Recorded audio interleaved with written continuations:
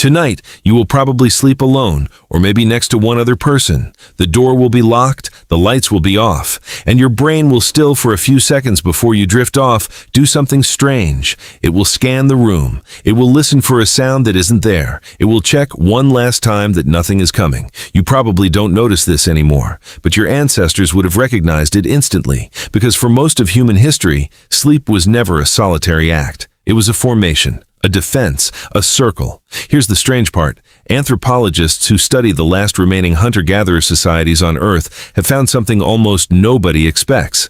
These groups don't sleep the way you do. They don't lie down at the same time, stay unconscious for 8 straight hours, and wake up together. Instead, someone is almost always awake. Someone is always facing outward, and the whole camp arranges itself night after night into the same basic shape, a circle. To understand why, you have to go back further than agriculture, further than fire, further than language itself. You have to go back to a time when the biggest danger a human faced wasn't hunger or disease. It was the 8 hours a day when the entire body simply switched off. Sleep is, from an evolutionary standpoint, a catastrophic vulnerability. A sleeping human cannot see a predator approaching, cannot smell smoke until it's too late, cannot run. For a species without claws, without thick hide, without the speed of a gazelle, sleep should have been a death sentence, repeated every single night for millions of years. And yet humans survived, not by sleeping less, not by sleeping lighter. They survived by sleeping together in a very specific way. Anthropologist Carol Worthman spent years studying sleep patterns in traditional societies across Africa and South America, comparing them to the isolated individual sleep habits of industrialized nations. What she found overturned a basic assumption. In most of these communities, sleep wasn't a private event that happened behind a closed door. It happened in the open, surrounded by other bodies, with the fire at the center and people arranged around it like spokes on a wheel. This wasn't random. It wasn't just about staying warm, although that mattered too. It was architecture, defensive architecture built out of human bodies instead of walls. Think about what a circle actually does. Every direction is covered. There is no blind side, no gap for a predator to slip through unnoticed. If you sleep in a line, you protect 2 directions and expose the rest. If you sleep scattered, you protect no one. But a circle, with bodies facing outward and the vulnerable center reserved for children, turns a group of sleeping, defenseless humans into something closer to a fortress. Here's where it gets stranger.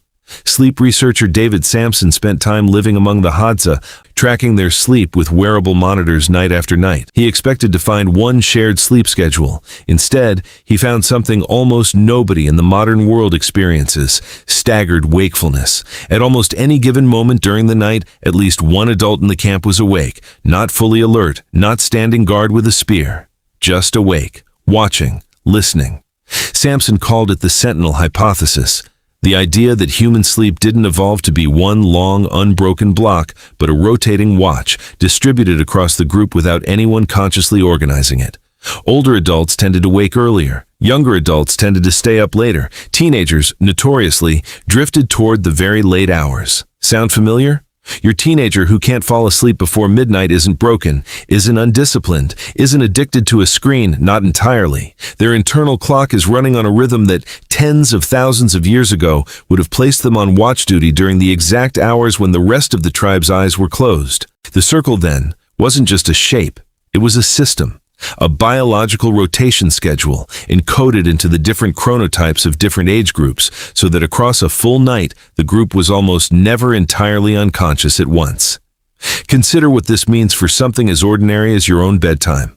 Chronotype, the scientific term for whether you're naturally a morning person or a night owl, isn't a personality quirk. It isn't laziness, and it isn't discipline. It's a leftover piece of ancient scheduling software still running inside you. The early riser in your family, the one who's wide awake at 5 in the morning while everyone else is still asleep, isn't just an anomaly. They're playing a very old role. So is the person who can't sleep before 1 a.m. Neither one is malfunctioning. They're covering different hours of the same ancient shift. Sampson's data revealed something else striking. Across the nights he monitored, there were long stretches, sometimes 90 minutes or more, where every single member of the group happened to be asleep at once. Statistically, given the staggered chronotypes, this should have been extremely rare. And yet, it happened. Why? One likely answer involves something as simple as the fire. A well-tended fire, crackling and shifting, produces enough ambient noise and enough flickering light to make the surrounding darkness feel monitored. The fire itself became a kind of substitute sentinel. This is worth sitting with for a moment because it reframes something you might take for granted. Why do so many people still find a crackling fireplace, a flickering candle, or even a screen glowing softly in a dark room strangely calming at night? It isn't just aesthetic, it's a faint echo of an old signal, one that used to mean the perimeter is being watched. Sleep researcher Jerome Siegel found something else that reshapes how you should think about your own worst nights. These groups, despite sleeping on the ground, despite the noise of insects and animals, despite having no mattress, no blackout curtains, no white noise machine, reported almost no insomnia. The condition that keeps so many people in industrialized nations staring at their ceiling at 3 a.m. barely existed in their communities. Why? Because they weren't alone. The anxious, hypervigilant part of your brain that refuses to fully shut down at night, the part that keeps one ear open for footsteps or a creak on the stairs, was never designed to relax in isolation.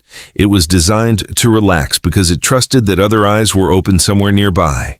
Now think about your own bedroom. Locked door. Silence. No fire, no circle, no rotating watch of family members subconsciously covering for each other through the night. Just you, alone, and a nervous system still running software written for a campsite. This is why so many people sleep better with a partner beside them, even when that partner snores, even when they take up half the mattress. It isn't just comfort, it's an ancient, wordless negotiation your body is running in the background. If someone else is here, I don't have to be the one who's fully alert. This is also why some people sleep worse in hotel rooms, in new apartments, in any space where the layout of the room, the exits, the corners, hasn't yet been mapped by an unconscious internal radar built for exactly that purpose. There's a darker layer to this too. Ethnographers studying forager societies have noted that the circle wasn't only about predators, it was about each other. Sleeping in the open, visible to the group, meant no one could slip away unnoticed, no one could hoard food in secret, plan something against the group, or wander off with a resource that belonged to everyone. The circle enforced trust the same way it enforced safety. To sleep outside the circle, alone, apart from the group, wasn't just dangerous. It was suspicious, which might explain something else about you, that specific, uneasy feeling of sleeping in an unfamiliar place, away from everyone you know. It's not simply that the bed is different. Some deep, old part of your brain registers that you are outside the formation, unwatched, unwatching, alone in a way your species almost never was.